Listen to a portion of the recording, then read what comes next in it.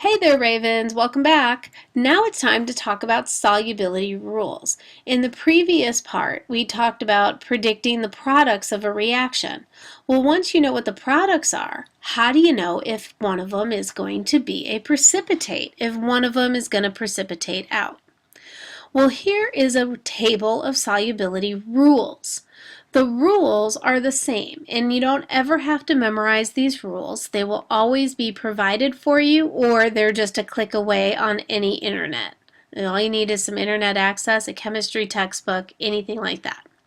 Okay, so it's important to realize how to read this and things to be careful of. So that is what I'm going to share with you here. Let me get my pen. And I think I would like to use yellow this time so we can highlight some things. Okay. Okay, that doesn't let me do anything. Okay, we're there. All right, so first of all, soluble. Soluble means it dissolves. Eeks, that's not working good, is it?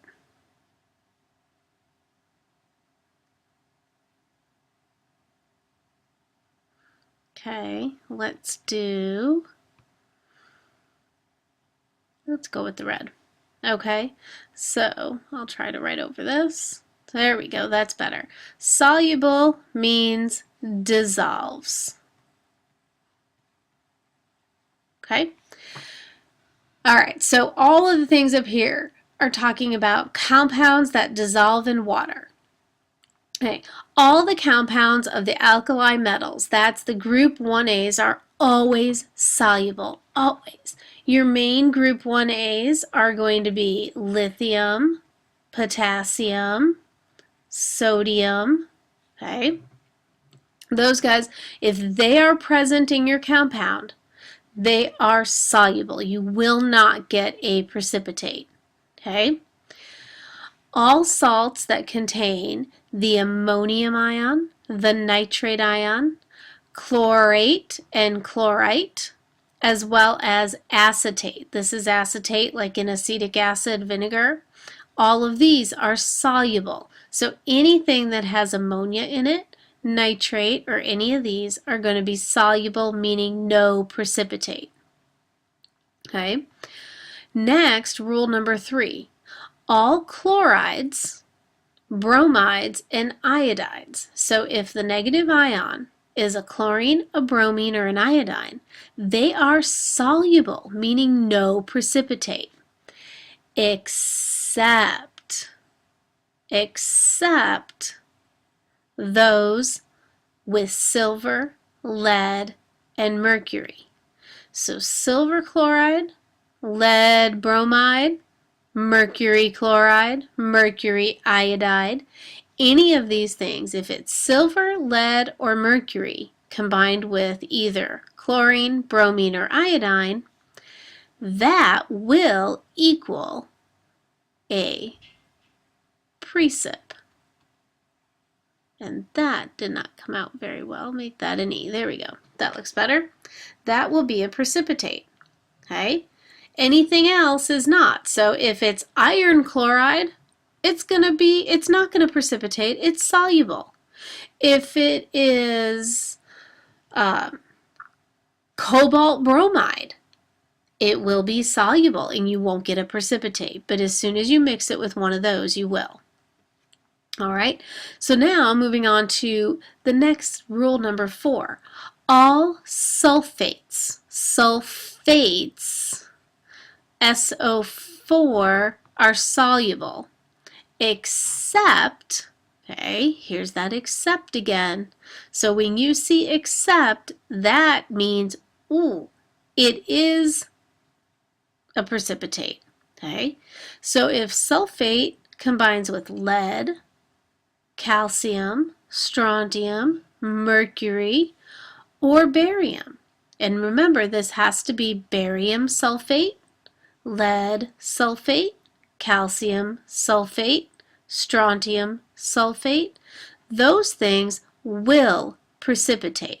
So remind yourself that on the top of this rule chart, Exceptions are precips.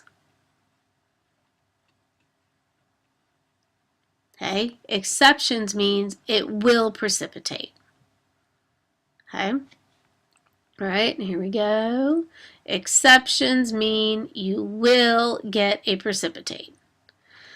Only when you meet the requirements of those exceptions.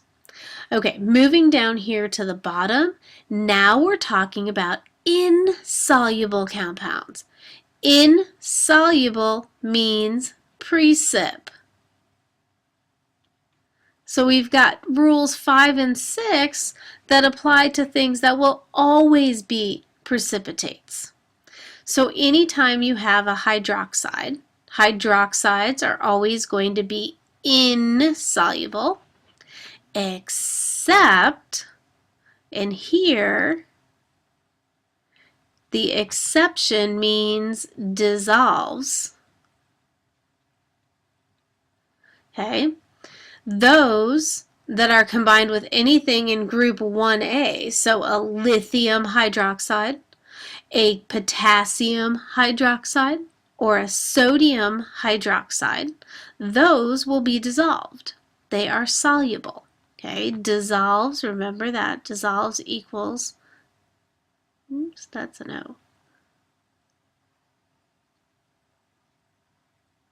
Okay, and an L, hard time writing. Okay, those are soluble. I just butchered that word. All right, and also anything combined with any of these. So calcium hydroxide, strontium hydroxide, and barium hydroxide are going to be soluble. Okay, next we have all salts that contain phosphate, carbonate, sulfite. Look at that. This one's SO3. And SO3 is insoluble. SO4 is soluble. Okay? Now, easily confused. So I'm just making you aware of that mistake that is often made. Okay, now again we have the exceptions. And remember, the exceptions means that it dissolves, that it is soluble. I'm not going to attempt to write that word again. Okay, so anything in group 1A, because remember, rule number 1, group 1A is always soluble. So anything that contains group 1A will be soluble, whether it has these guys part of it or not. And then ammonium is going to do that. So if you have ammonium phosphate, it is going to be soluble. If you have ammonium carbonate, it will be soluble. If you have ammonium sulfate, it will be soluble. Okay, there you have it. Those are your solubility rules. Okay, so now moving on to the next slide. Okay, we're going to talk about barium nitrate. Are these things soluble or insoluble? So, barium nitrate is our first one, and you want to look back at your rules. So let's go back. We're talking about barium nitrate right now. And I see nitrate over here. Whoops. Go back. I also lost my pen. Give me my pen. What color is it? It's still red. Okay, so barium nitrate. Okay, all salts containing barium nitrate are soluble. So if we go over here, and again, want to make sure I have my pen, barium nitrate gets an S. Soluble means no precip. And insoluble means yes, it will be a precipitate. Okay? All right, next one we're going to do is potassium carbonate. And again, I want to go back to that. And I want to say Command P to get my pen. Potassium carbonate. Oh, where's potassium on the periodic table? Group 1A. So potassium carbonate is soluble. Over here, get my pen back. Potassium carbonate, it is soluble. I'm sorry, my ink doesn't stay from one slide to the next. Okay, next one is sodium sulfate. Okay, pay attention, ATE. Sulfate is the SO4. So let's take a look. All sulfates are soluble, except those of these guys over here, which none of them are sodium. Oh, wait a minute. Isn't sodium part of group 1A? Yes, it is. Okay, so it's totally soluble, right? Because it's a group 1A and it's a sulfate. Okay, so this is also soluble. So far, all three of these are soluble. Okay, pause the video and do the rest on your own and then come back and check in with me. Okay, we're back. Here we go. Okay, so we had said barium nitrate was, well, let me get my pen back. Command P, there we go. All right.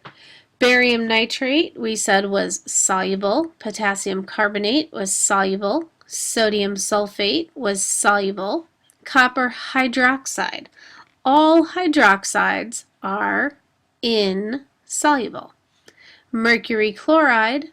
Chlorides are all soluble unless they are combined with mercury. Okay? Ammonium phosphate. Okay? Anything containing ammonium is always soluble. And chromium 2 sulfide, all sulfides are going to be insoluble. Okay? And lead 2 sulfate, okay, and this one I want to double check on. Sulfate here is soluble unless it's with lead.